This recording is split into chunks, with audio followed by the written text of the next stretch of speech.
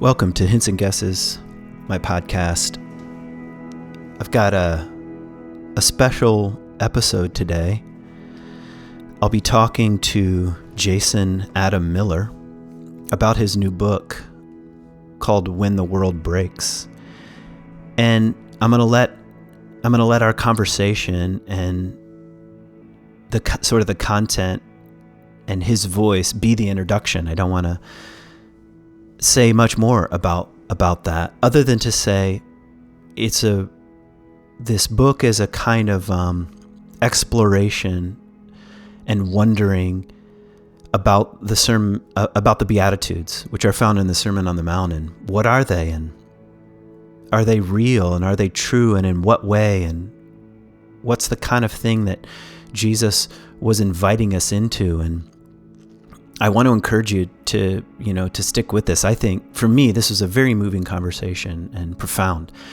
And it doesn't matter if you're coming from the Christian tradition or not. I think you'll hear the depth of experience that Jason is bringing to this question. I think you'll, or to the possibilities here. And I think you'll find,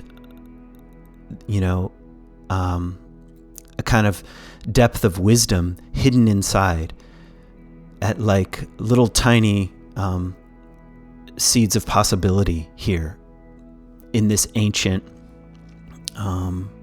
liturgy, or paradoxical liturgy, you could call it, which people have called the Beatitudes. Jesus doesn't call them the Beatitudes, by the way. So that's where we're going, and I hope you'll enjoy it. I've been looking forward to this conversation for a long time. I really, really liked this book. I'll encourage you to buy it, especially if you hear a hint, a guess, a clue that rings your bell a little bit. So that's where we're going. I don't know if I want to say a whole lot more right now, other than to thank my patrons. And if you want to become a patron, it's really helpful to me. It helps support me and my family and this podcast. It's a direct way to support artists if you don't know what Patreon is. So you can find those details, patreon.com/Kent Dobson, if you want to support the ongoing work. I'm just really grateful. And I have, I'm rolling out a few more things in the coming months. I have 3 retreats and programs, intensives, I call them, in the summer. One is in Michigan in June. One is in July. It's an Animas program. And the other is at the very beginning of August in Colorado. Check them out. I would love to see you out in a wild place. I'm looking forward to these offerings. And maybe that's it for the time being. Wishing you well. Thanks for supporting the podcast. Jason, thanks for coming on the podcast. Yeah, my pleasure, Kent. Okay. I'm really excited to talk to you, mostly because I really enjoyed your book, When the World Breaks. What's the subtitle? The Surprising Don't say the subtitle. The subtitle sucks, man. Okay, well, I'm sorry. That's my publisher's subtitle. I had a much better one. Can I tell you my subtitle? Please. My subtitle was Suffering, Hope, and the Paradoxes That Put Us Back Together. Isn't that better? It's so much better. And I had the same experience with my book by Camel. I just hated the subtitle. I tried to argue for a different one, and their basic response was, "You don't know what you're talking about." And it's your book, though, so we'll go with your unpublished subtitle, because it is thanks. about suffering. It is about hope. It's about paradox. Maybe that's even a place to begin. What do you mean by paradox? That's a great place to begin. Maybe the way to answer it is, one of my frustrations has been that the Beatitudes are much stranger than I think they're often described as. And I'm trying to capture the strangeness of them. So, for example, when Jesus opens his mouth and says, "Blessed," whether you're a Jewish person in his original audience or whether you're reading the Greek text, he's setting up the expectation for I'm going to describe the kind of life that is invincible, the life that enjoys a divine insurance policy against suffering the blissful existence of the gods, to quote Dallas Willard. And then he names all of these experiences that are anything but that, poverty within your spirit, mourning, loss. So like, to me, there's only two options. He's either pathologically absurd, like it literally doesn't work and he's not making sense, or he's setting side by side a few things that don't really work at the purely rational level and are meant to sort of take us into some kind of deeper conversation with ourselves. To me, that's like the only way I can understand the Beatitudes is that he's giving us something that we can kind of dance with, but you can't really solve for. And I forget who it is. It's Matthew Fox, I think, who says that when we're approaching the ground of mystery, paradox is the language that we've invented to sort of approach that ground. Mm. And all that being said, it's kind of wild to me that that's like the beginning of the Sermon on the Mount. It's just kind of like coming out of the gate swinging, like, yeah.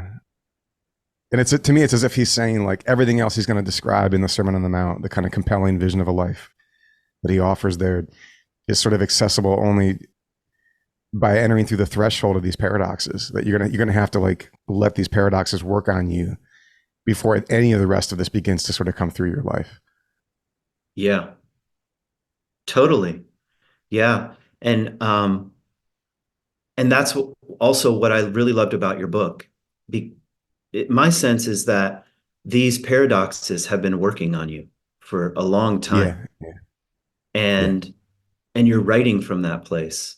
You're writing from the place. It sort of felt like to me, okay, let's set aside the question of what do they mean?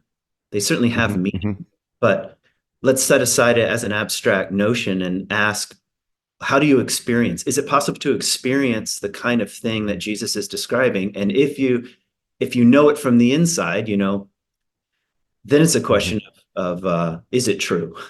And that's the thing I feel you wrestling with, like, how are these true experientially? And okay, so we're already like well into it. I want to back up.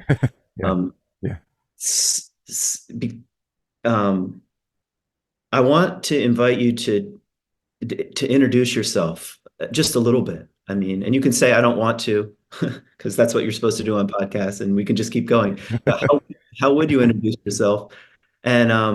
And what sort of drew you into wrestling?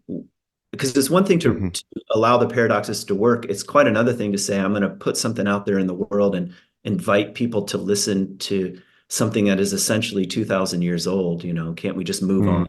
So anyway, that's a starting point. So I'm an avid listener of the Hints and Guesses podcast. I'll start there. I really mean that. I'm not saying that to flatter you either, because that's a game that gets played on podcasts and it's dumb, but I mean it. I'm a pastor. I lead a church here in South Bend, Indiana. We've been around for just a few years. And I kind of think of that whole project, the church, as an experiment. In some ways, sort of a response to a lot of my own discontents and searching. In some ways, I'm like a big believer in church, and in other ways, I've been very frustrated by so many expressions of it. But I really, I and so many others, I think, here in South Bend have wanted to believe that we could participate in a community that lives up to some things that I think a lot of us believe in, but we don't always see embodied in community in intentional ways. And so we're called South Bend City Church. That's a lot of my time and energy these days. And if I'm not doing that, I'm hopefully traveling and exploring and listening to a lot of music. Yeah. You asked about the book. Yeah. Sorry, go ahead. I was going to say, the book about traveling. I'm just curious because there's a lot of traveling in the book. Like, well, what kind of traveling are you up to, and what kinds of groups and organizations are you connected with and working with, and that sort of thing? Yeah, I mean, I feel travel always feels like a bit of a pilgrimage to me, no matter where it is, I think. But also, I think, at least for me, a lot of my learning style, it's often easier for me to first see something someplace else before I can see it at home. And so that's been sort of a pattern for me. And that kind of gets into the book a little bit. One of the groups I love to travel with, they're called the Telos Group. And sort of one of the inciting incidents for the book is in 2010, these two guys, Greg and Todd. Do you know these guys, by the way? Only sort of very loosely. Okay. Anyway, I was invited through another friend to go over to Israel and Palestine to learn about conflict with this group, and that experience is one of the most difficult and life changing experiences of my life. It became a real death of a certain kind of faith for me, and a searching for another kind of faith. And since that trip, I've traveled with them a number of times. I think we're about to take our church on a trip with them to Northern Ireland, actually, for a similar kind of work. But yeah, I find often I'm drawn to places either where people are really kind of working through big questions of conflict, which I think are everywhere. It's just where they're most pronounced is where I think you can learn some of the most interesting things. I'm also really drawn to just creative life. And so any kind of cultural headwater, any place where ideas are just kind of like swimming in the air and people are working on them all over. Like I really like being in those places and sort of soaking up that energy too. Yeah. Well, what faith died? I mean, Israel and Palestine has a tendency to do this to people if they'll let it. Yeah, I was gonna say I think you wrote a book about that. For me, the trip, the experience was something like this. It was like each day over there. There was a little cohort of like five of us, and then Todd and Greg who lead this organization. And in one given day, you might, in the morning, you might meet with an Israeli mother whose son was shot and killed by a Palestinian sniper.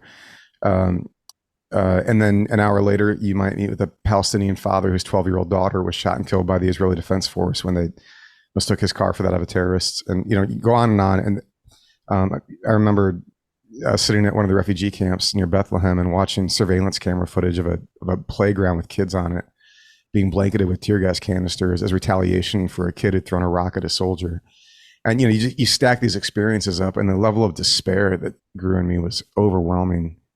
And I think like I had to kind of reflect on this before I came to this language, but I think what I realized was that the faith that I took with me there, like I had no resources available for this experience. It had nothing to say to this experience. It had no path for me in the wake of this experience. It was very much me and my personal Jesus and me and my personal sin problem and all that kind of Western American evangelical stuff, and it wasn't nearly expansive enough to have anything to do with what I was seeing there. So that's the version that died. And it was actually an encounter with the Beatitudes in a little church in the West Bank that just barely began to crack open something new that had to get worked out over the following years. Yeah.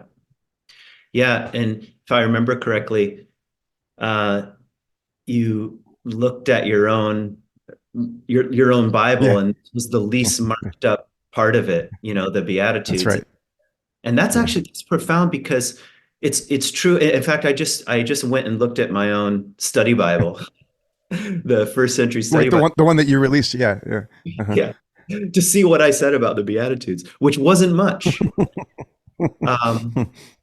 And partly because they're so strange. I think that's probably the best way to say it. Strange. They're paradoxical statements. They're casting two conflicting things side by side and asking us to be in between them. They're subversive, if you want to use that kind of language, but in a very subtle kind of way, not in an obvious kind of way. So okay. Big frame. Why are you writing this book? Like, what are you hoping might happen? And I want to say this, that this is an excellent book, in my opinion. It's an excellent book. It also really harmonizes with my own sense for what I might call the spiritual or religious impoverishment. I like the word religion better, but religious impoverishment that is the age that we're living in. And there's not an antidote to that that's simple, but a stream, in my opinion, that has been dammed up is this kind of flow of wisdom from the ancients, from Jesus, from the tradition, from the paradoxical, mysterious wisdom tradition that feeds the soul and feeds culture if we'll let it. So anyway, I hear your book in that stream. It's like allowing these paradoxes to float down the canyon of time, like, cottonwood seeds. into our kind of impoverished, landscape that we're in. And so that's partly why I'm so excited about this book, and I hope people will buy it. At the very least, listen to this podcast. But so my question was, big frame. What are you up to here? What are you hoping might happen in people? Yeah, I think I don't think I knew this when I started writing the book, but by the end of it, I think I was coming around to this. I think a lot of what I see in the world as an attempt to address what's really broken and harmful feels so intensely reactive. And I think we need something to dismantle those reactive energies, because I think I say in the book, to react is literally to reenact, right? To carry forward the very thing that you're trying to address.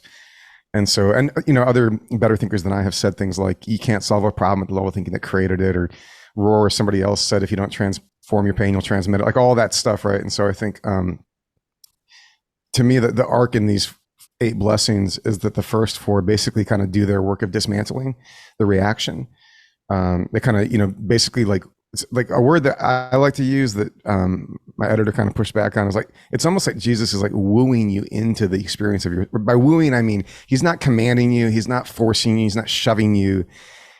He kind of just like lets these blessings settle on top of you. And if you want, they might draw you into an encounter with the suffering that's already with you, whether you like it or not. And through that encounter, you might stop running from it. And in the moment we're living in, I just think there's a lot of pain in the system, but I just see so much of what attempts to address it is actually perpetuating it. And so at the big level, I hope that this book is its own little contribution to, like you said, kind of availing ourselves of what I think is a really powerful wisdom that might actually sort of do something different in the world right now. I also wrote it, for all the individual people I know who are, deeply lonely and hurting, and lonely because of their hurt. And, sometimes a book can meet someone in a moment in a way that a person can't. And there's just a lot of, at the personal level too. So at one point I'm kind of talking about the systemic, but I'm also talking about just the dark corners of our lives where addiction resides, or some other kind of shadow that leaves you feeling like you're the only one and not sure of how to find your way out of it. And I hope the book is also an experience of just kind of solidarity in those places. Yeah, and that's the way it felt to me. And you're also quite transparent. Not that I'm like, I always feel strange talking to people about books, because it's better to read them than to talk about them.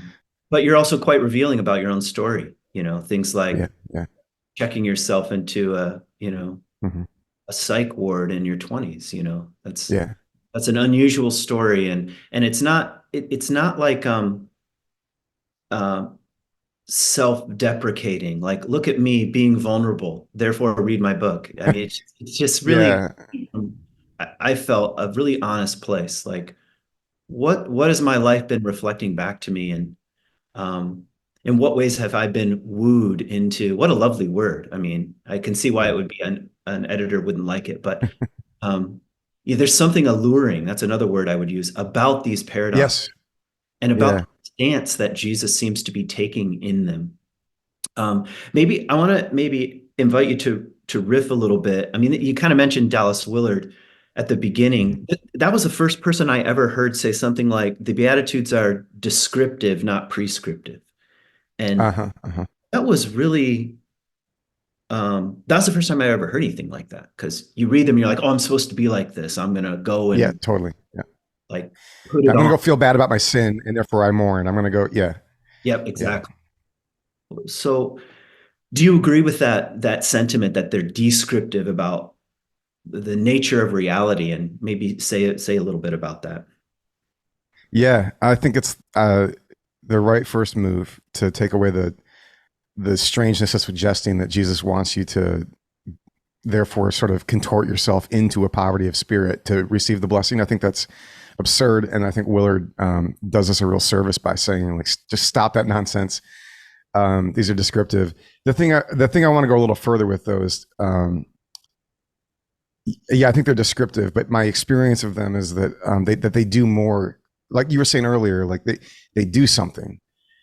So I do think they have sort of an active life. These strange, so like another. I don't know a lot about Buddhism or koans, but I read enough to I understand that a good teacher will give you a koan. It's a paradox that sort of works on you. And so I do want to say, I think if they are descriptive, they're descriptions that have a very active life if you allow them to. Yeah, They kind of worm their way in. totally.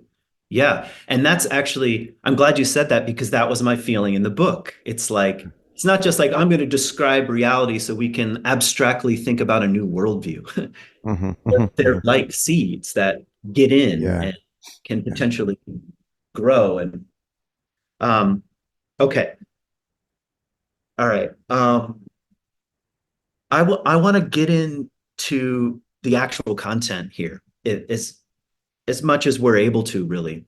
hmm. And I also want to maybe acknowledge something that not all my listeners will are even familiar with these Beatitudes. I mean, Yeah. I they're was only just thinking that. word. So even to mention all eight is probably worth our time. Yeah, Not that we have to like hammer through them or something, but uh, I think rightfully so.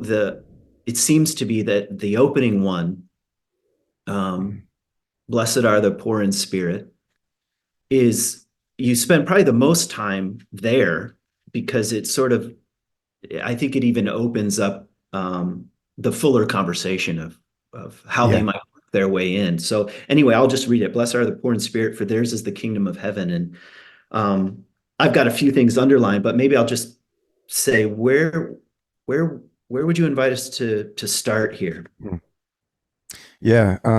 So we already kind of talked about that word blessed, right? I think wherever Jesus delivered these strange words, I think you can imagine like his audience kind of on the edge of their seat. Okay, cool. We're going to get his theory on what kind of life is immune, what kind of life is rewarded.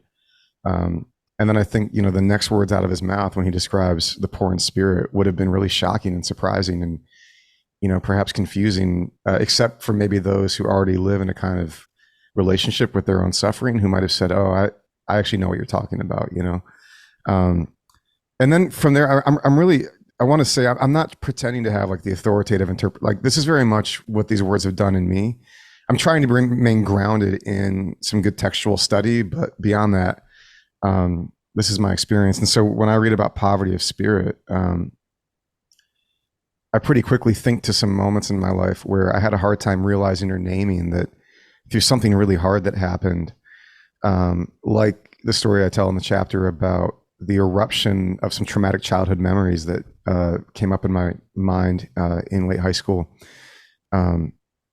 That the first feeling was sort of like an evacuation of spirit for me, which I would not have had language for at the time.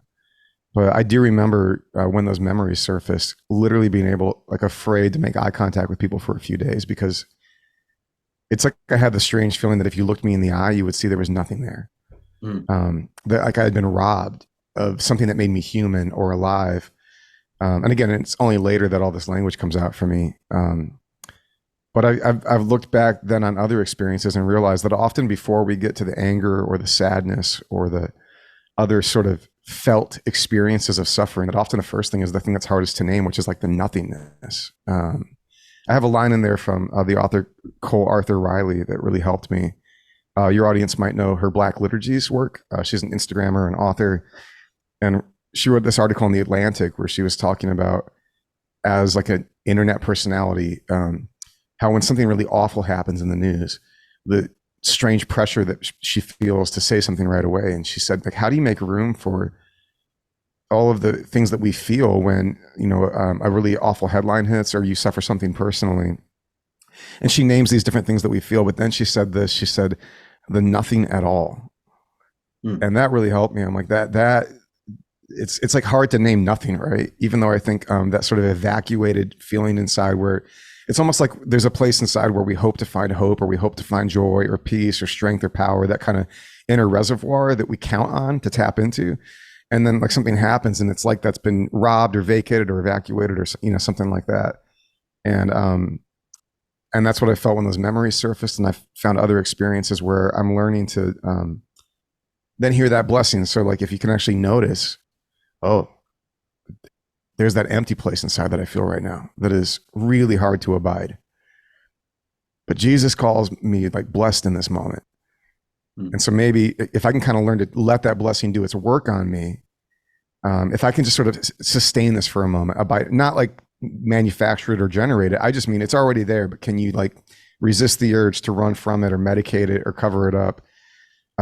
Because, you know, as you kind of let that blessing work on you. And then he says, yours is the kingdom of heaven, as if to say that you're in that empty place, you're actually going to be met with something that can only be found if you don't run from it. And from there, I think we can, you know, talk a lot about all the different ways that like we are taught to sort of want to carry and contain everything, rather than sort of a spirituality of a conduit. And I think it's probably the very disposition that allows us to be emptied, that also allows us to sort of for something to flow through us. But again, I'm not arguing that we like proactively empty ourselves, because I don't even know what the hell that would mean. Yeah. Like I don't even know like what it would mean to sort of manufacture this posture that he's describing. All I know is that when it happens, which to me usually happens when we suffer or when we face something really hard, is like to consent to the thing that's happening already, you know? Yeah. Yeah, it's a tricky question. Because certainly the great spiritual traditions speak to a kind of self-emptying.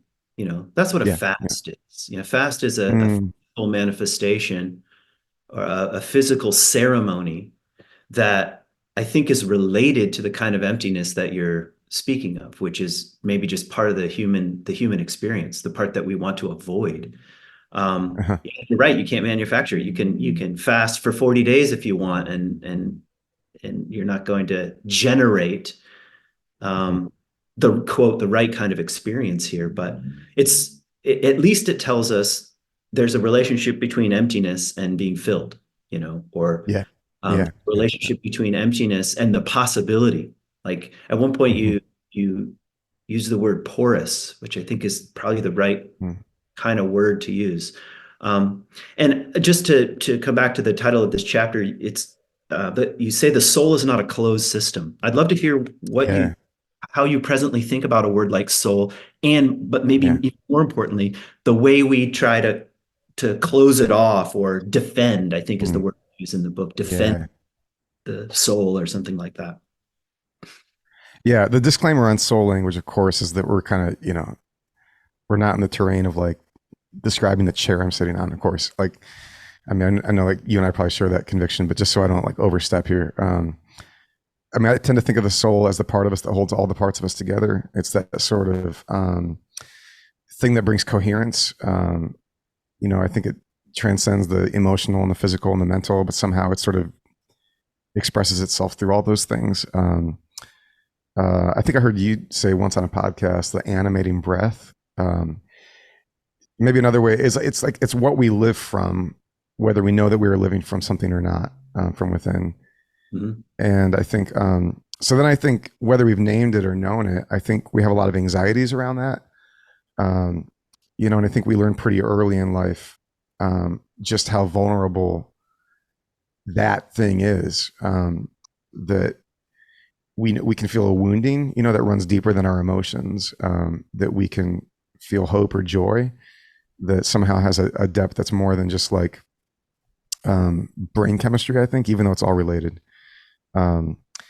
So if you learn early on that like you live from something, whether you've named it or not, and then you also learn early on that the thing that you live from is kind of vulnerable, then I think it's pretty normal to want to kind of build protections around it and defenses around it. And I think there's lots of different language for those defenses, but right now the Enneagram has certainly found its moment. And I think one thing the Enneagram is doing is naming 9 different ways of building some defenses around that. And that's not even to say that the defenses are bad. It's just to say that it's really important to maybe know a little bit about how we do that so that we don't over defend, you know. Like the very sort of strategy for protecting ourselves becomes the impediment to living in deep relationship with ourselves. And so I think Yeah. Does that kind of get at what you're asking there? Yeah, yeah. I mean, I call them inner protectors. You know, Yeah. the Jungians would call them complexes, Mhm. subpersonalities. But I I prefer inner protectors and Mhm. defending, doing their noble task of defending us from Yeah. Yeah. vulnerability. And who Yeah. wants Yeah. to feel vulnerable, especially Yeah. if you also occasionally feel a kind of vast emptiness in there, a kind of Yeah. Yeah. impoverished emptiness. Who wants to get close to that? And so, and just to circle back to some of the opening things you said about reactivity, Mhm. if most of us are living most of our times, most of our lives, through the lens of the inner protectors, then that's how we're gonna do everything, and Yeah. the culture is gonna look like a series of little forts and little groups Yeah. Yeah. Yeah. defending their terrain and their territory, defending themselves from being vulnerable and from their own inner poverty, if you want to put it that way. I want to read you a sentence. I mean, I always get uncomfortable when people read me my own sentences, but I do it anyway. The impoverished soul is blessed because the conditions that made its impoverishment possible, its openness, its vulnerability, are the very same conditions that make it a good conduit for God's life in us, Mm. for the divining life to flow, for the divine life, excuse me, to flow through us. Mm. I mean, you don't really even need to necessarily respond. You wrote the sentence. I found this compelling because, first of all, I think it's true. And it's kind of like saying our most sensitive places are the places where we're most wounded, first of all. Um, Yes. the places where we're most vulnerable are the places where the where the possibility of being filled or the divine spirit or flow of life can pass through us. Yeah. And so Yeah. I mean, who hasn't also felt like in grief, there's this kind of like feeling, or I'll just speak personally. Sometimes I get the feeling when grief takes over that it also feels good in some way, Mm. even though it feels Hmm. terrible, because it's Hmm. like something is moving at least, and something is Yes. moving in our most vulnerable places. And Yeah. Yeah. as if it's alive, Yeah. as something like that. So I like another word that I like is vitality. That there's a vitality there, right in that place, right? yeah. And here's like just a PS that's kind of embedded in this chapter and probably everywhere. Is I hear you saying very subtly and compassionately that the symptom is an invitation, like, Yes. and to drop our guard. And this is, I mean, I'm not trying to talk you into your job as a pastor, but this is what the church can potentially do Yeah. for, say, Yeah. Yeah. hey, we're not here to bolster all of our inner protectors and defend ourselves against the world, but um, these subtle symptoms, what if we can consent to them and say yes and not push them away, and perhaps there's like a trap door that opens in us. Hmm. um, anyway, anything else you want to say about, I don't know, this particular territory we're in right now? Just the maybe the I don't know if you felt this or if the reader another reader will feel it. It's funny for the first beatitude. This was maybe the hardest one for me to write. And again, it's kind of absurd to me, but also maybe it's exactly right that maybe Jesus is kind of starting with this, like the thing that's hardest for us to name, maybe, and therefore maybe it's hardest for us to actively consent to. It's just kind of wild to me that that's the first word of, again, if your reader or your listeners aren't familiar, Matthew 5, 6, and 7, right? It's this sort of these pages that stand tall in the text that we call the Sermon on the Mount, and like many have found their an ethical vision, a moral vision for a way of being in the world. But to me, he doesn't begin. He begins with like this very strange, mysterious. To me, it's also like a nod to the apophatic, right? The sort of Yeah. meeting God in the non-God and the emptiness. Um, so if anybody else reads this chapter and is like, man, I feel like Jay's really kind of like reaching for it and struggling. I'm like, yeah, I actually felt like I was too. The first word he brings is one that I feel like I'm like, no, I know that experience, but to put words on it feels like a lot of fumbling, which uh, to me, I guess is probably the right, because if it were too easy to put words to it, I think we might be a little Yeah. farther away from the thing, you know? Yeah. I imagine it would be a hard chapter. I mean, I was just thinking back on all the, who knows, thousands of sermons that I've given, and I Hmm. would rather just skirt around this. Who knows if I've ever given a Yeah. talk on Hmm. poor in spirit. You could easily take the kind of social, Yeah. contextual, oh, he's just talking about actual poverty, well, not Yeah. really. Yeah. Not that that can be ignored, but um, Yeah. yeah, it sort of launches us straight into, I mean, it's maybe Jesus is saying something like, what if you walked around that empty? What if you're already that empty and you walked around that empty? What might happen Yeah. to you? And Yeah. that's a really challenging um, kind of invitation. And you might be right that those who feel impoverished in spirit, empty, blank, what did you say? The kind of nothingness. Yeah. Um, Yeah. at least their ears will be like, wait a minute, is he talking about me? And Yeah. uh, everyone else will be like, I don't have ears to hear, at Hmm. least not Hmm. initially. So, uh, Which actually, can I pivot for a second to like the very end of the book? Because I think this is important framing too. okay. There's that a story that I think I first heard David Brooks tell of a rabbi's teaching about how some famous rabbi taught his students to put the words of scripture on their hearts. And the student was a little confused and said, don't you mean in our hearts? And the rabbi says, only God can put them in your heart. And so we rest them upon our hearts, hoping that when our hearts break, they fall in. Hmm. Hmm. And that to me, like, is really important. I put it at the end of the book, but as I'm talking with you, I'm like, I want to say it right now with this first blessing, because like back to like prescriptions, and I want to be dutiful and pious. And so I want to do the thing. And I'm like, I don't, at least from where I sit, I don't think it works that way. The best I think you can do is you can carry these with, they can travel with you until they fall in, um, Yeah, it's very beautiful. until you maybe, Mhm. mm, yeah, No, yeah, I find that so compelling. I've also found that true in my life. Like, who knows how many like thousands of quotes are resting on top of my heart, and from Jesus, or from the Torah or whatever, and also the thousands of other books I've read, and every once in a while they get in, and I think you're right. Maybe that's why the book is called When the World Breaks, because it's sort of like saying when our yeah, heart yeah, breaks, and then we find yeah, out what's real and what's not, um and it's uncomfortable and it's not immediate. I mean, there's a sense mhm, where they work on us or they work their way in. um mhm. yeah, so yeah, that's a lovely way of putting it. Okay, uh, that was one. um Yeah, yeah, I'm going to mention them all right now just because that's what I yeah. have a Good, sense. good, Blessed are the poor in good. spirit, and the next one is blessed are the meek, for they will inherit the earth. And Wait, sorry, we missed one. blessed are those who mourn, for they will be comforted. Yeah. And then blessed are the meek, for they will inherit the earth. Blessed are those who hunger and thirst for righteousness, for they will be filled.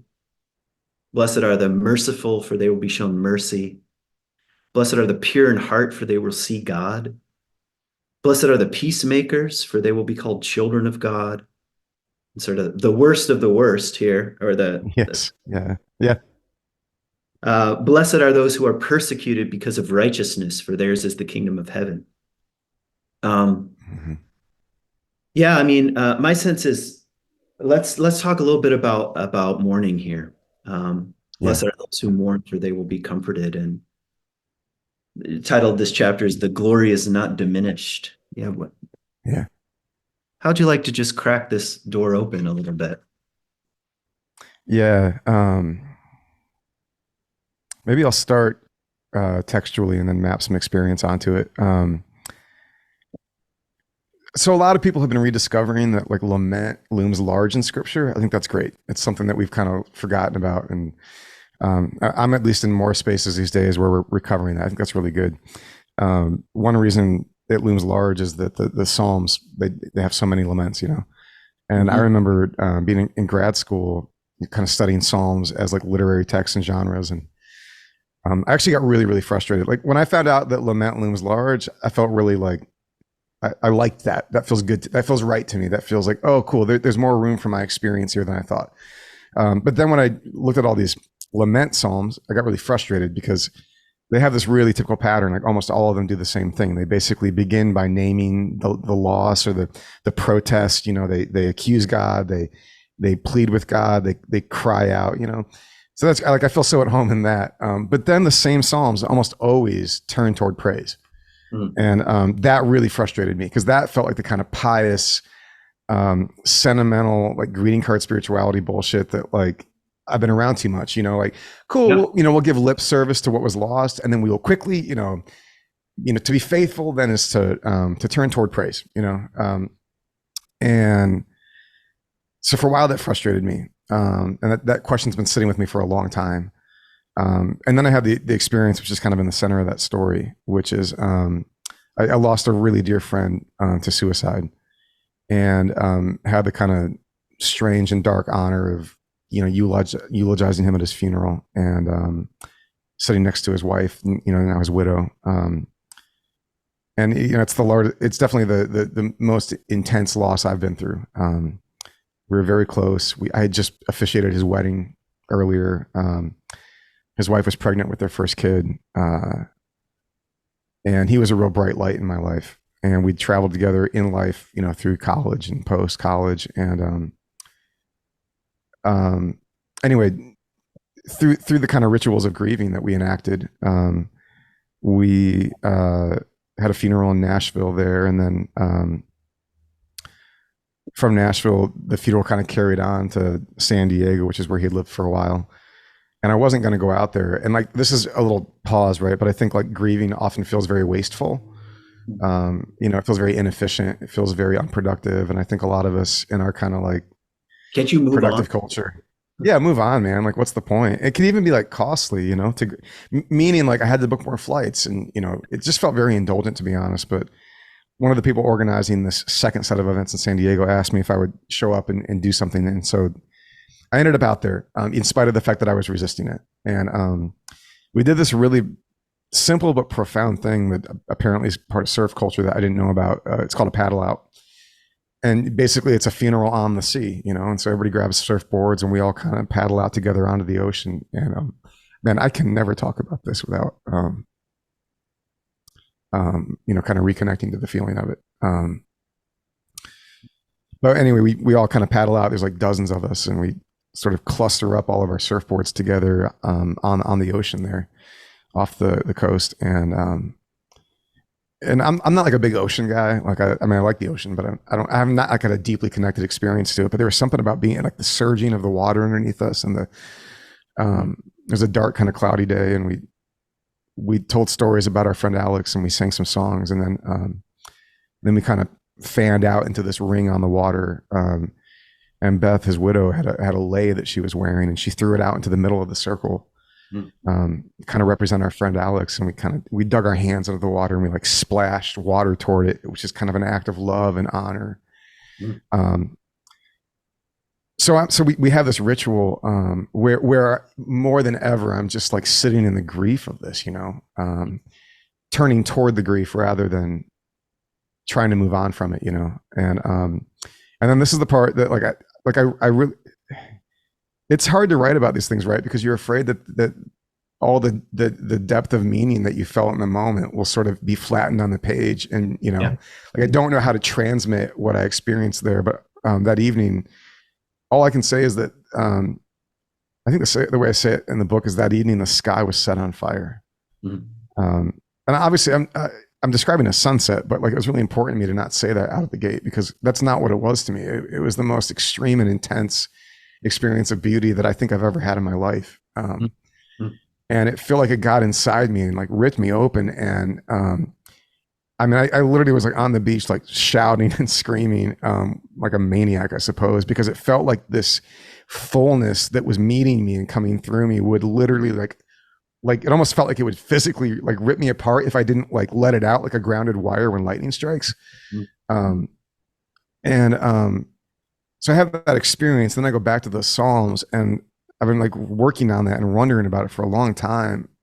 Um, but if I remember that, I think spiritual texts often describe in microcosm things that take much longer and stretch themselves out over our lives, but they're very kind of compact on the page. If I remember that, then I don't have to like think that the Psalms are telling me that I'm supposed to somehow like force myself into praise Yeah. 10 seconds after lamenting, right? I think maybe I can just ask myself if those are a document of a human experience that happens.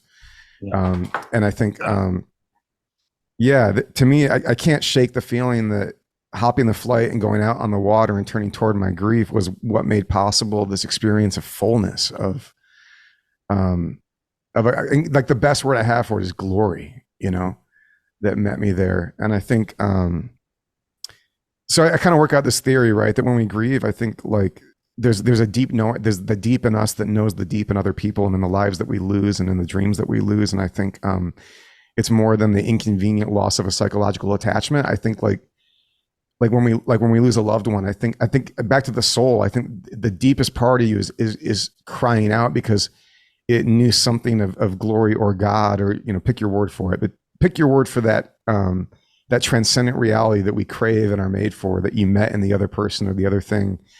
And so then to lose that, I think is to have more than an emotional experience. It's to have a kind of spiritual crying out. And I think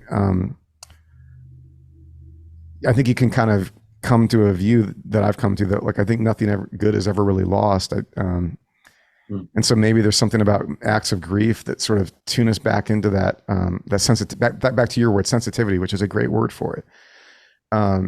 And by sort of reforging the connection with that capacity within to know the depth around us by grieving, you're actually setting yourself up to encounter the depth around us again. And I think that's my best rendering of like what was going on there, and why Jesus says, "Blessed are those who mourn."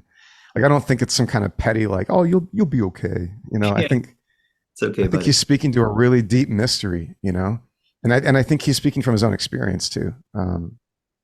Yeah. Yeah. So that's how that blessing has been working with me. What do you hear there? Well, I'm so moved, really. I was moved by this chapter, and it is very hard to talk about. Um, I guess I'll borrow a Jungian phrase, but which he borrowed, the numinous, Yeah. numinous Yeah. encounters, numinous experiences, and numen means to wink. Like that's one of the Uh, roots of the word, and it's kind of like uh, a dimension of the universe is winks at you, and I don't mean that in a cute way, I mean just like, oh, there's more going on than I thought, and um, I don't know. Maybe it took a certain amount of heart and courage to write a chapter like this, um, and one of the just a couple beautiful things that you said in there. I remember you were talking about struggling with even bringing words to the funeral. To the first one you yeah. said, Yeah. Yeah. yeah, you just chose to bear witness, and I really see that as a fundamental dimension of what we mean by grief and by mourning. Witnessing, like really witnessing. Like, I am here to bear witness to what's real and to this person and to our stories and to our experience and to the transcendent dimensions of experience. I mean, it's like the psyche anyway, there's no sense of time, it's like they're gone and not gone. And and to bear witness is painful, I think. But it's Yes. also very beautiful. It's like, um, yeah, just it's very beautiful to tell stories this way. And yeah, and that to be ripped open. I know a bit of what you're speaking in a different context though, but just the way in which sometimes grief opens us up to the world, um to the surprise of being itself, and Yes. of Yeah. life itself. Yeah. And it's like death and life are holding hands, and it's like terribly beautiful. Um, Yeah. But Yeah. I can even feel my own grief as I'm saying that, it's Yeah. like, Yeah. Yeah. and who would want to touch that sensitivity? Well, the soul, back to that word, like, yeah, Yeah. that's what it means to Yeah. be fully alive. And um, I think maybe I'm getting this right. Jesus says, I have come that you may have life and have life to the fullest. And I think you even allude to that at one point as a compelling question, a desire, a longing. And that's also been my compelling and oldest longing. Like, what the hell is he talking about? I want to live Yeah. life to the fullest. Um, Yeah. but not through like the way that's typically heard. Like, I'm going to follow the right rules, the right ethical path, Yes. and then I'll have the Yeah. full life. I mean, part of the fullness is exactly what you're describing, those moments of emptiness, those moments of grief and of mourning, and the possibility hidden within them. So yeah, I found this chapter quite moving, and um, yeah, I almost feel like kind of silly saying, "All right, let's go to the next one." What are you doing right now? Like, um, Uh, well, here's a question for you. Would it maybe make sense now to kind of, because it's kind of an arc that I'm working out, right? Kind of a yeah, 2-part arc. Would it talk make about it. sense to kind of move in that direction? Yeah, sure. Yeah. So so many commentators for like 2,000 years have observed some version of the same thing, which is that the first four blessings or beatitudes seem to have one energy or mode to them, and then the second four seem to have a different one. And Yep. different commentators have different ways of characterizing it. But what we all have in common is there's some kind of shift. And the way I've experienced and seen this shift is that these first four blessings seem to be naming just kind of awful experiences. We've already talked about two. Meekness. This one you can go a lot of different directions with it, depending on how you want to think about the language. But one way of working that out is a kind of like bridled experience of your own power, where systems or circumstances around you sort of render your own strength or power unhelpful or unusable in a situation. And then hungering and thirsting for righteousness or justice, depending on how you work the word, which is also an experience of like profound like disempowerment. I think when you are like aching for things to be made right in the world or in your life. So anyway, first forward, he's just blessing like some of the most intense experiences of suffering. But then he goes on to describe the blessings in the second half, like you said, are for the merciful, for the pure in heart, for the peacemakers, and for the persecuted. We'll kind of bracket persecuted for a minute, but those three, merciful, pure in heart, and peacemakers, I mean, those don't sound like experiences as much as they sound like postures or stances or Agreed. ways of being in the world, right? And so I think you could ask, is there something about the work that the first four do in us that begin to lead us into the stances described in the second half, and back to that reactivity, right? I think when you begin to talk about, merciful, I think like a truly merciful stance in the world requires that you dismantle your reactivity. And I think it's like you can try to choose to be merciful, but as long as it's just you exerting your will over and against all of these like fractious energies within you, it's only going to go so far until those reactive and fractious energies where we're running from everything really get dismantled and laid to rest, which is kind of an ongoing thing. But I think, our actual capacity to show up in the world merciful is one made possible by the things that these first four blessings do in us when we sort of allow them to, Mhm. And I could kind of keep working that out with pure in heart and peacemakers, but this is my experience of the arc of these. Yeah, no, that's profound. I totally. Um, And it gets back to some of the opening things that we were saying, that it's not just descriptive about Mhm. sort of the Yeah. nature of reality, but there's some posture that can be taken, or there's some possible, well, maybe when the heart breaks and the words go in, so to speak, or the words come Yeah. through, or we know in our experience, then it's possible to take a certain stance in the world, and maybe say Yeah. something a little bit more about blessed are the merciful, for they will be shown mercy. Like, Yeah. Yeah. Yeah. there's a lot of things going on in that chapter, and Yeah. yeah, Yeah. maybe say a bit more, or I can be more specific if you want. Yeah. Well, no, so I'll go one place with that, and you can kind of redirect me if that's helpful. So this is where you're back to kind of your paradox or absurdity or whatever. The way I kind of like work this out for myself is, when he moves from blessing those first four things, which are just like really, to me, invested in our experience of suffering, at some point you're kind of like, Jesus, could we please move on? And then when he gets to blessed are the merciful, you kind of dramatize it, right? It's like, finally, like my ego or my proactivities, finally you're speaking to the part of me that I'm proud of, right? Look at how magnanimous I can be and merciful I can be. And now you're speaking to my virtue, or whatever. And there's like a joke here, I think, right? Where it's almost like he draws the ego out just so that he can sort of address it. Because like the only reward for the merciful is one that like doesn't do any good for the virtuous part of you. Because the reward for the merciful is that you'll be shown mercy. Yeah. So there's like a joke there, I feel almost. Implying you need mercy. Yeah. Yeah, that's right. Which again, I think does its work on you, right?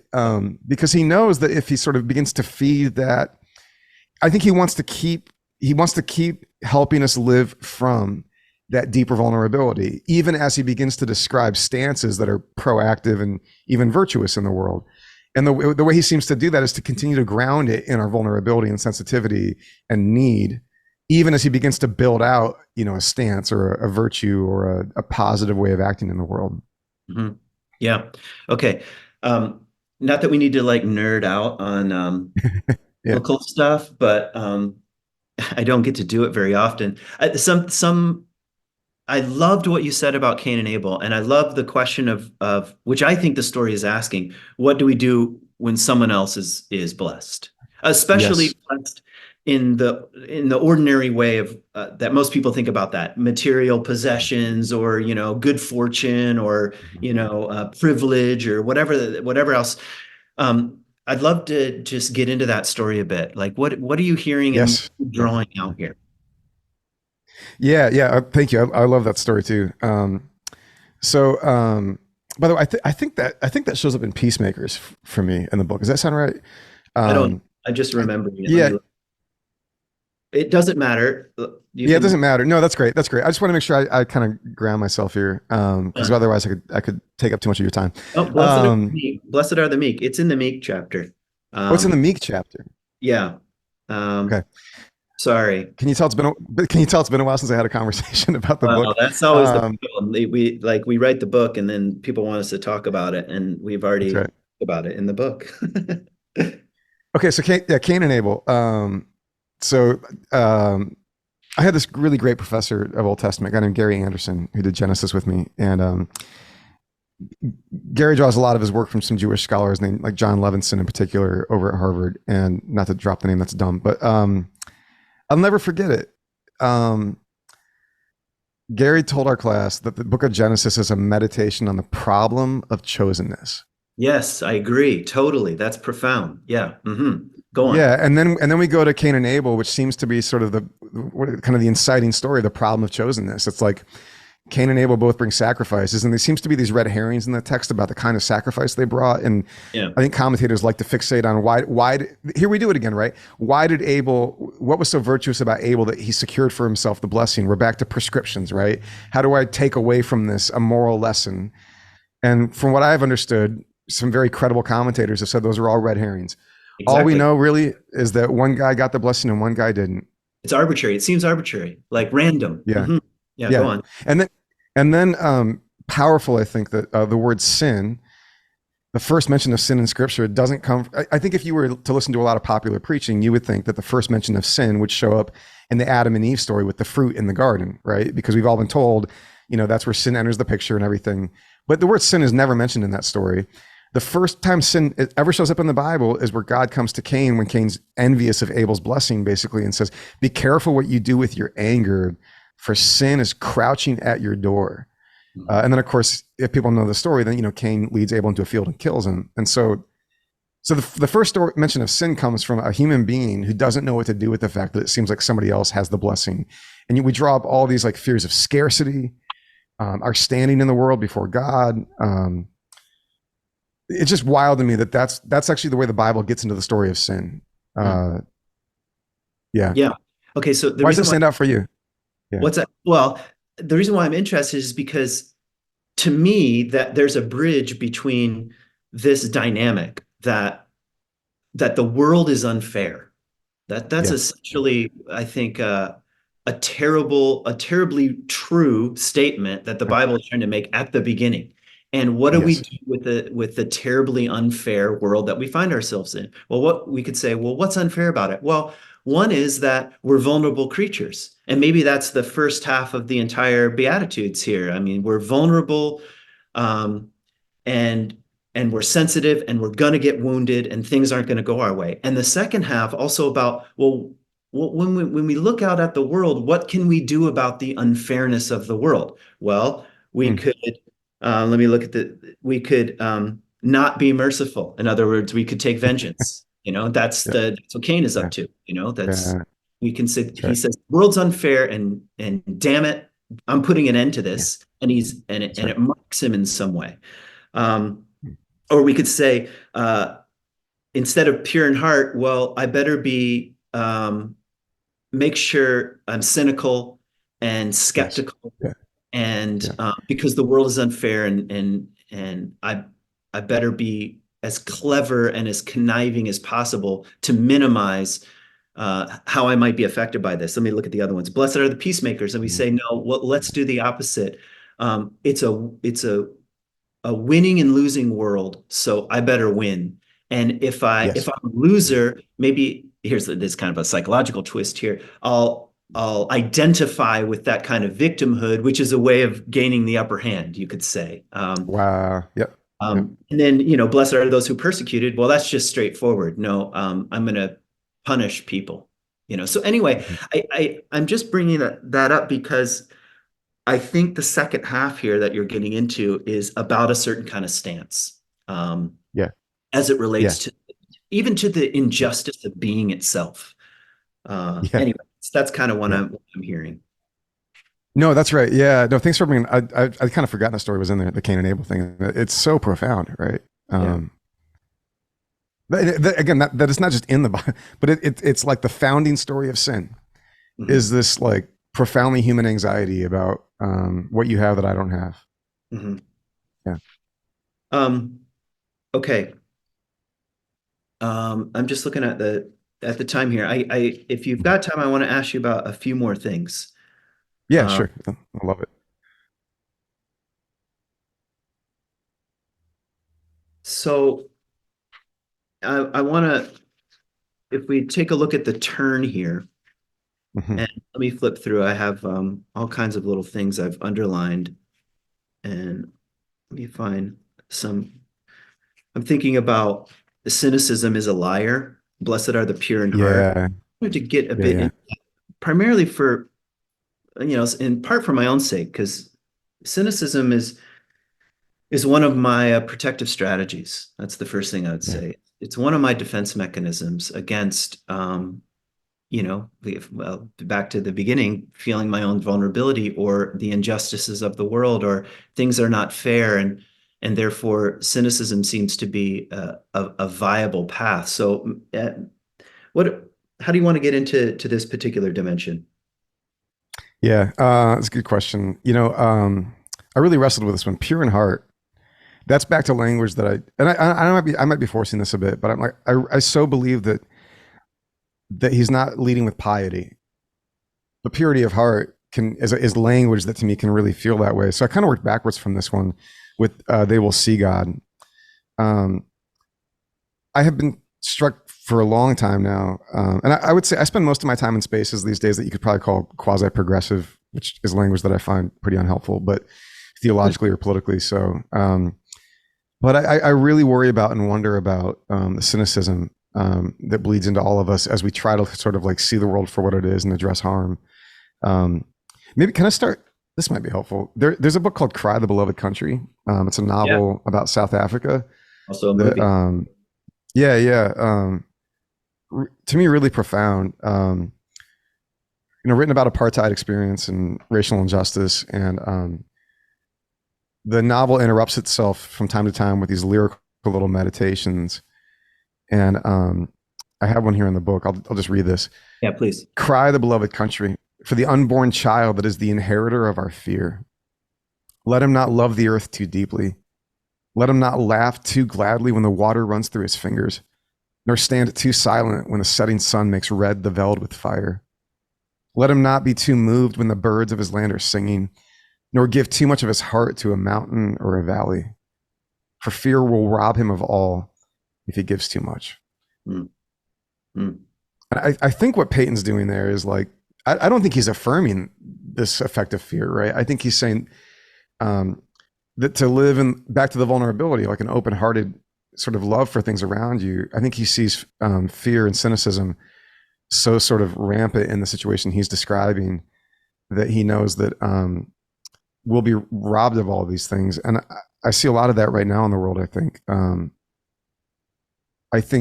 We're having a really hard time sifting and sorting the fact that while there are some things that are really deeply broken, that doesn't mean that everywhere you look, there's a boogeyman in every corner. And I think the great danger is that when you allow that cynicism to creep in, you begin to live by it. You know, there's a reason that like corrupt politicians try to convince you that everybody else is corrupt, because if they can convince you that everybody else is corrupt, who cares if they're corrupt? Mm-hmm. And I think that's sort of a metaphor for the way we all kind of move through the world. If you really come to believe that everywhere everything is lacking God, lacking beauty, lacking justice, it's really hard to live above that. Then there's a gravity to that view that sort of drags you down into the very same sort of corruption or brokenness that you think that you see everywhere. And I hear Jesus basically sort of like teaching us to protect ourselves from that creeping cynicism that makes it really hard to live above and beyond that kind of base nature that is certainly out there but isn't everywhere, I don't think. Yeah. Yeah. And the question is how. And part of the invitation is, at least you don't use this language in the book, I mean, other than allude to it, is to take a bite or two of our own shadow, you know, to take the plank out of our own eye,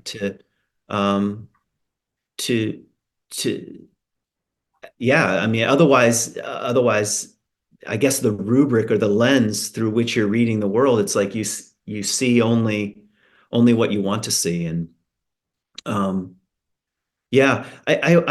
this is kind of, it might sound like a question a bit out of left field here, but I don't get to have too many pastors on my podcast, and and I think some people from the outside, they might read my book or they might listen to the podcast and think, oh, he got out of the corrupt system and now he's free, you know. And of course, if they actually listen to what I'm saying, it's not my story at all. And I kind of want to ask you, like, well, here's a simple and kind of absurd question, I guess. Why are you a pastor? And why are you still doing this? And what do you, like, on the personal level? I don't mean like abstractly, like what is the role of the church in the world? Or I mean, what are you in it? And how is that related to some of the things you're trying to get across in this book? Thank you. That's a great question. I would even say it's like the right question, you know. Most of the people that I respect the most have asked me at some point, why are you doing this?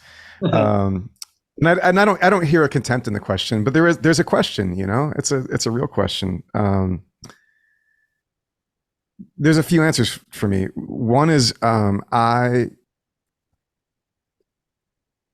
don't know how to get around the idea that I want to be in a community that is reaching for some of these depths. And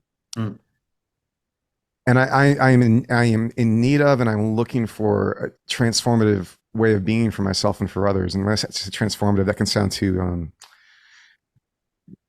I don't know, fancy. I just mean, I'm looking for a way of being in the world. It's what I was looking for when I got wrecked in the West Bank, you know? And I have not yet been able to shake the feeling that a way of being in the world that is good and worthy is available there in this tradition that we call like Jesus or Christian faith. Then you make the move, right, to see, but look at how all these, you know, instantiated expressions of it are so corrupt. I'm like, there's a lot of that. There's a lot of that. I've seen it up. I often want to tell people, it's like, you think you know about that? Believe me, those of us who are on the inside, we know. We've seen it, man. We're not naive, you know? So I have this hunger. I see these things around me. But then I keep noticing that often the people who I learn the most from and get the most from have themselves been transformed. And almost all of them, it seems, got there not through sort of running away from the tradition, but by going deeper into it. Yeah. And I think there's this feeling right now in the world that we're going to get to the most transformative resources of any tradition by a kind of a flirtation with the tradition. I'll inflect my life with a little bit of this and a little bit of that. And my conviction is that the most transformative resources of any tradition are found at its depth, not at its surface. Yeah. And that you're not going to get to its depth outside of a community. And so that's my own kind of personal biography here. There's also some shades where I feel like I had the privileged access to, so I did grad school at Notre Dame in theology, and just being in a different theological space, with, Catholics and Jewish thinkers. And, man, I feel like the way of reading the Bible that I learned there, even like that Cain and Abel thing that we talked about, to get to have that encounter in the classroom there. I discovered a lot of friends were kind of like floundering, looking for something. And I was over here having this kind of privileged experience in grad school. And another part of me was like, you shouldn't have to go to grad school to get this, man. Like, church should be a place where you encounter what you just shared with us as we were working through Cain and Abel. Like that should happen in a local community. And I don't see why it can't. And so I often speak of our church as an experiment or a project. I like kind of holding it loosely like that. And part of the experiment is, right, in spite of all the corruption and all of the pastors behaving badly and all of the reasons to give up on this, could we try again? Could we try to create a version of this that avoids some of those landmines and rediscovers some of these, really well corroborated ways of being a church that have been with us for a very long time? And it's a curiosity that drives me as much as anything. I'm like, I want to try, Yeah. Yeah. Beautiful. That's what I mean by pure in heart. It's like, in fact, what you're saying is very compelling and moving to me. And in part because it's not coming with like the sharp teeth of cynicism. It's like, yeah, let's try again. And maybe that's always the case. In fact, it almost strikes me as the opposite. Because of the corruption, because of the history, that's even more reason in a way. And I really agree. I mean, abstractly and also personally, that the depth of the tradition is in the depth.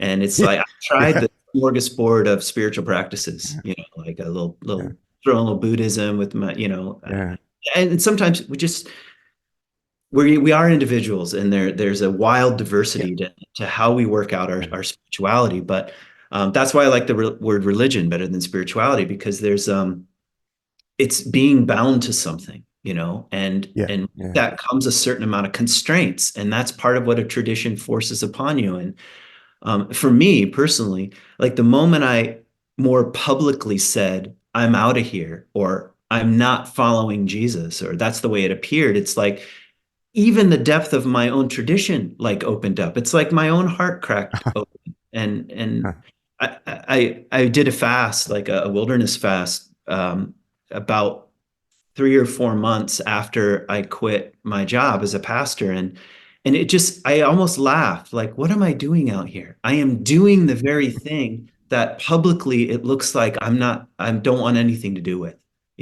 but just to let myself be that open to the world and that hungry and that alone, and to see what it's about, and to see what the hell Jesus was doing out there in a way.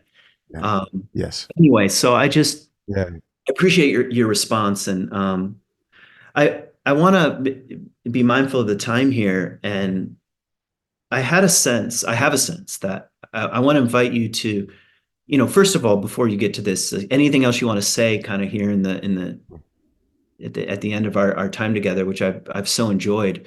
But I want to invite you to read kind of the end of your book, what I think of as a kind of piece of liturgy or poetry, which maybe is the same thing, as it's just kind of the final word. But so maybe before that, anything that's happening for you right now, or you feel as a thread that maybe you want to tug on.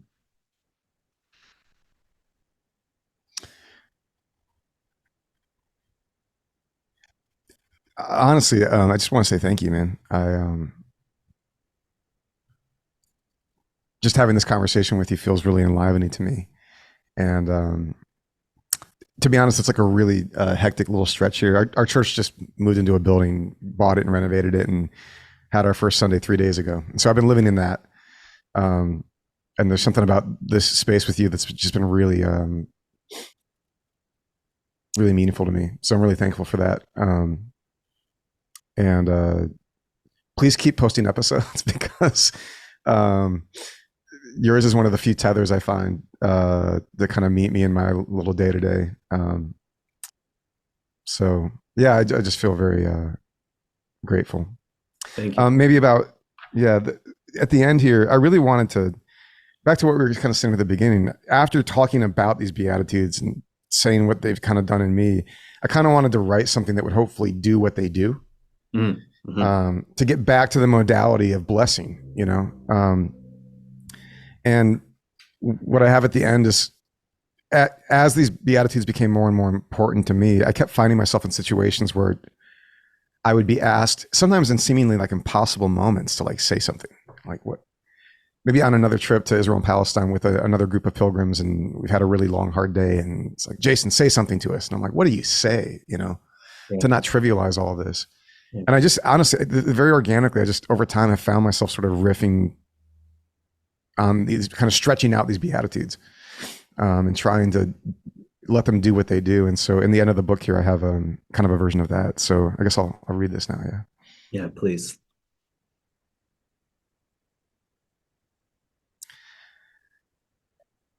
When the world breaks and you find that you've been robbed in spirit, when you look to that place within where you would hope to find hope and joy and power and peace, and instead find a poverty, may you know that you are in the terrain of heaven, because the soul is not a closed system. We are conduits of God, and the open-heartedness that allowed you to be robbed as you suffered is the very disposition that will allow you to be filled with the divine.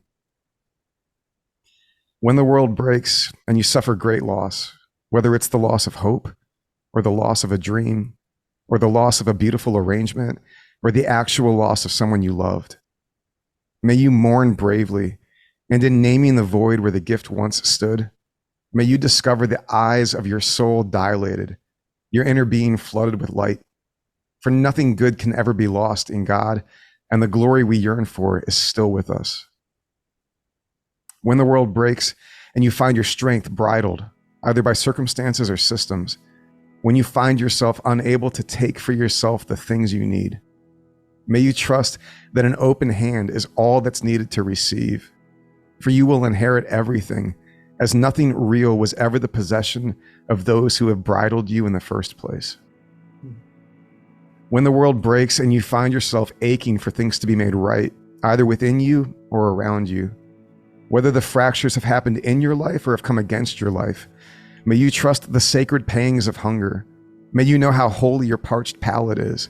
And rather than allowing your thirst to be slaked by false promises and faux justice, may your ache become a compass that leads you to a feast of peace.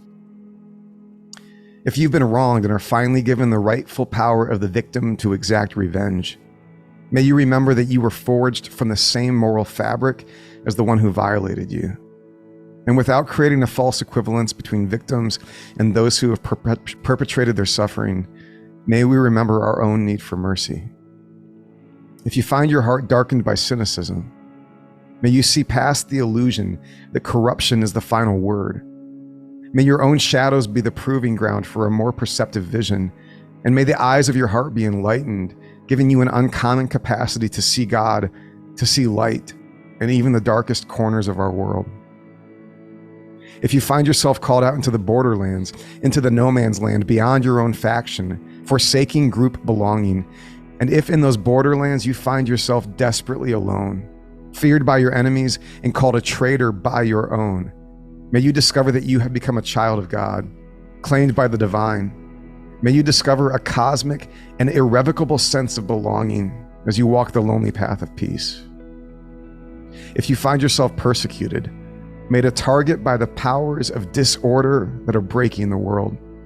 May you know that you have become a threat to the disorder.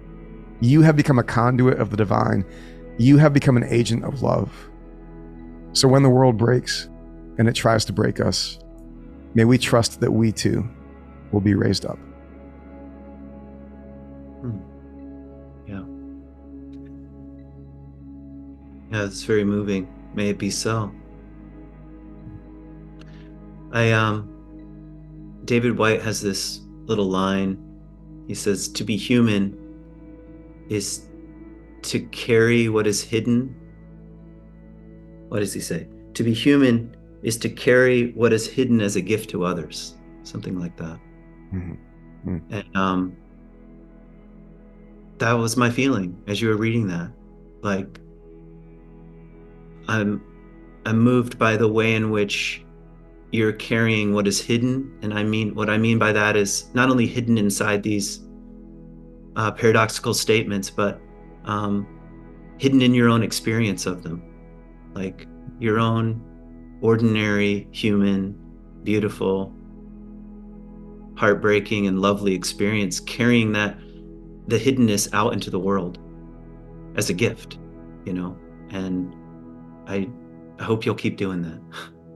And yeah, it was lovely being with you today. Thank you. Yeah, same, Kent. Thank you.